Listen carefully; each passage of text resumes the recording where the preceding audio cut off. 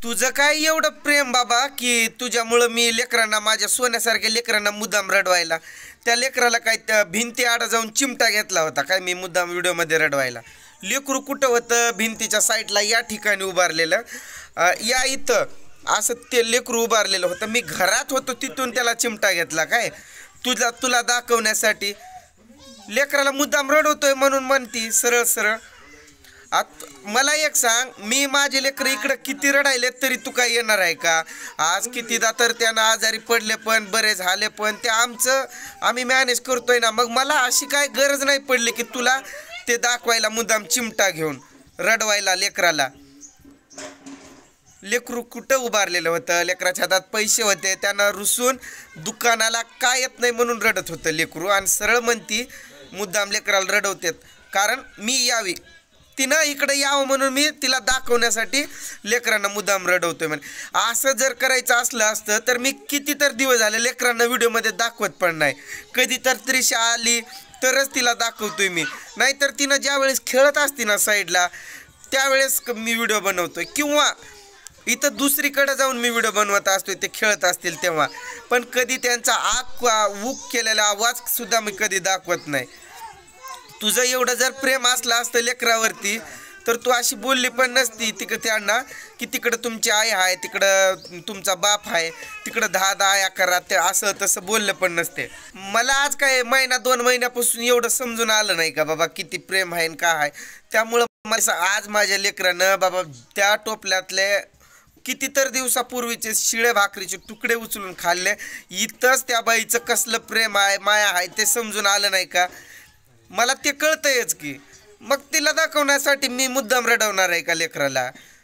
तुम्ही पण सगळ्यांनी ते व्हिडिओ चालूच होता बघतच होता की मी लेकराला काय चिमटा वगैरे घेऊन रडवला का. ते काय लई जाणतं लेकरू आहे की बाबा त्याला शिकून रड रड म्हणून शिकवलं त्याला.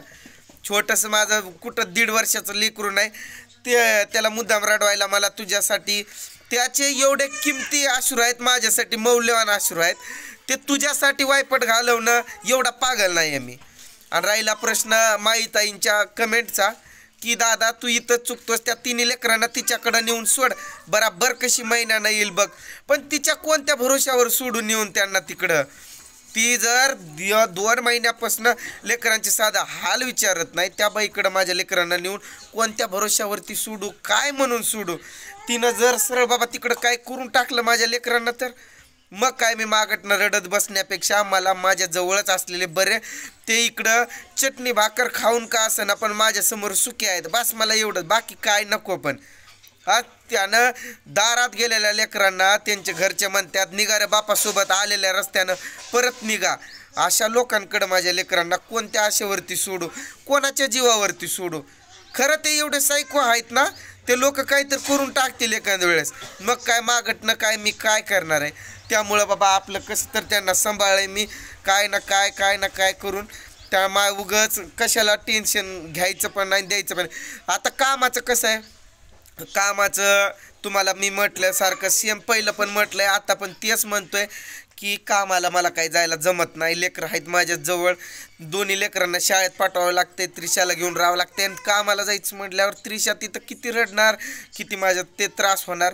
आणि ह्या आपलं त्रास उगच हातानं करून घेण्यापेक्षा घरात जे आहे ते खायचं. ज्वारी पडल्या घरात तेल आहे चटणी आहे चटणी भाकर आम्ही खाऊ बाकी काय नको बस. आणि कुठं किती लागते तर लेकरांना अर्धी भाकर लागत नाही. त्रिशा एवढासा भात खाती नाही तर कधी खात पण नाही.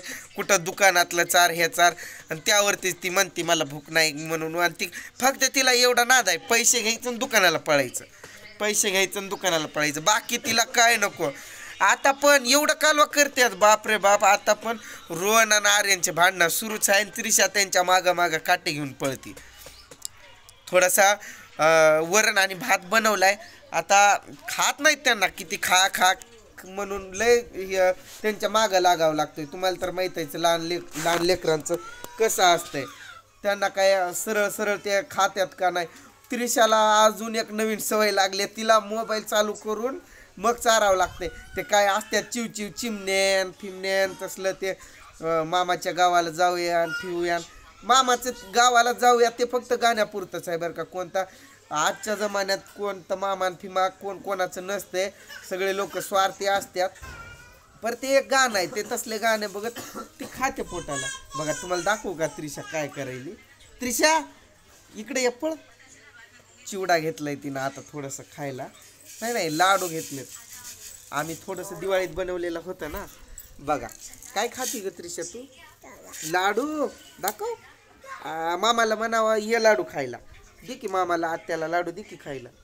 देते का देते. खेळून खेळून दमली का मारून मारून. त्यांना काठी घेऊन पळती भांडणं करू नका म्हणून त्यांच्या दोघांच्या माग. त्या दोघं का नाही उगं काय ना काय कारणानं त्यांचे भांडणं 24 तास चालू असतात दोघांचे. मला सांगा माहीत आहे मग कसं सोडणार हो मी लेकरांना. बस असंच काय तर खाऊ खाऊन त्यांचं पोट भरतेल आणि बास तेवढंच. कोणाच्या जीवावरती तिकडं सोडायचं. बरोबर आहे का नाही. त्रिशा तिकडं मामाकडे आत्याकडे बघतो काय म्हणते तुला.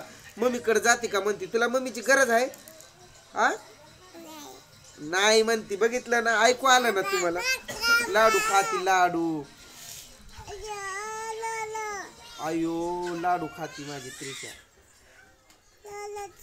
कोण रडतंय ग. आत्या रडते. आत्या रडू नको मामा रडू नको.